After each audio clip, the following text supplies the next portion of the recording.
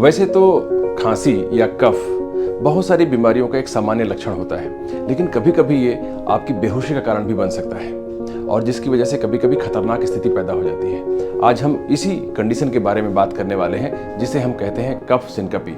मैं हूं doctor HP Sinha, senior consultant neurophysician. आपने कभी कभी देखा होगा कि कुछ लोगों को बहुत जोर की खांसी आती है और कई बार की खांसी बहुत लगातार चल जाती है लंबे समय तक, जिसकी वजह से अचानक ही मरीज बेहोश हो जाता है और बेहोश हो जाने की वजह से कभी कभी चोट लग जाती है क्योंकि मरीज गिर जाता है। और लोगों को कई बार यह देखकर घबराहट हो जाती है कि कहीं ये मिर्गी तो नहीं हो गया, कहीं हार्ट अटैक तो नहीं आ गया। उनका ध्यान खांसी पर नहीं जाता, गिरने पर जाता है। जो सिनकपी है, जो बेहोशी की प्रक्रिया है, उस पर ज़्यादा ध्यान जाता है और खांसी इग्नोर हो जाती है, जिसकी वजह से लोग समझ बैठते हैं कि ये कुछ और ही समस्या है और खांसी से शायद कोई लेना देना इसका है नहीं। और क्योंकि कई बार की ये उन लोगों को होता है जिनको पहले से ही खांसी चल रही होती है, जिसकी वजह से भी खांसी इग्नोर हो जाती है।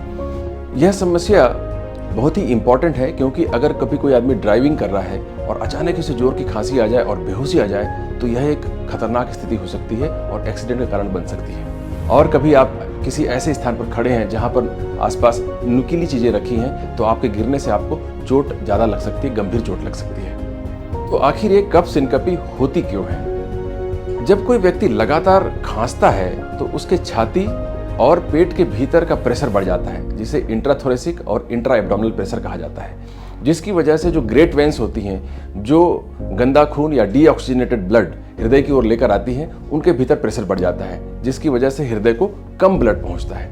और जब हृदय को कम ब्लड पहुंचता है तो हृदय का आउटपुट कम हो जाता है, मतलब हृदय कम ब्लड पंप कर पाता है, जिसकी वजह से ब्रेन की ओर जाने वाला खून का प्रवाह कम हो जाता है, सेरेब्रल परफ्यूजन कम हो जाता है, जिसकी वजह से बेहोशी की स्थिति बनती है। इसके अलावा जब ये प्रेशर बढ़ता है, इंट्राथोरेसिक और इंट्रा एब्डोमिनल प्रेशर बढ़ता है, तो जो खून की नसें होती हैं, जो आर्टरीज होती हैं, जो धमनियां होती हैं, जो शुद्ध खून लेकर जाती है हृदय से अन्य अंगों की तरफ, उनके भीतर का प्रेशर कम हो जाता है, उनका रेजिस्टेंस कम हो जाता है, वो डायलेट हो जाती है, फैल जाती है, जिसकी वजह से भी प्रेशर कम हो जाता है।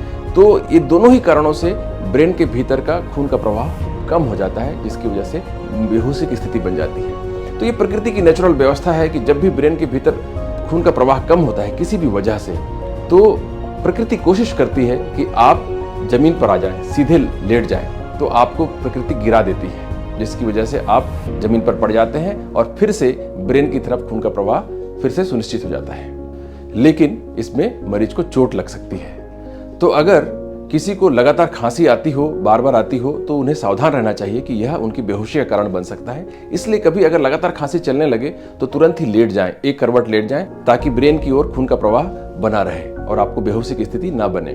क्योंकि ये कफ सिनकपी अधिकतर खड़ी स्थिति में या बैठे स्थिति में होता है। यद्यपि कभी कभार बहुत रेयरली लेटे स्थिति में हो सकता है, लेकिन ज्यादातर खड़े या बैठे रहने पर होता है। इसलिए जब भी कभी किसी को लगातार खांसी आए तो उन्हें लेट जाना चाहिए, एक करवट में लेट जाना चाहिए, जिससे कि खून का प्रवाह ब्रेन की ओर बना रहे। तो भविष्य में और दोबारा कफ सिनकपी ना हो, उसके लिए आपको अपने खांसी के कारण को पता लगाने के लिए उचित डॉक्टर से मिलना चाहिए और उसका डायग्नोसिस कराना चाहिए ताकि उसका सही इलाज हो सके।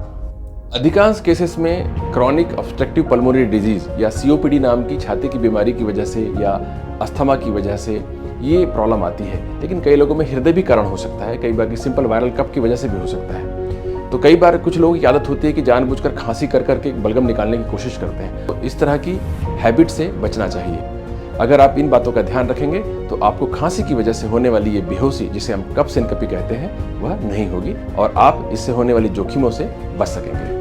अगर आपको ये वीडियो उपयोगी लगा हो तो आप इसे अपने प्रियजनों को जरूर शेयर करें, वीडियो को लाइक करें और इस चैनल को सब्सक्राइब करें, ताकि आपको समय समय पर ऐसे ही उपयोगी वीडियो मिल सके। बहुत बहुत धन्यवाद।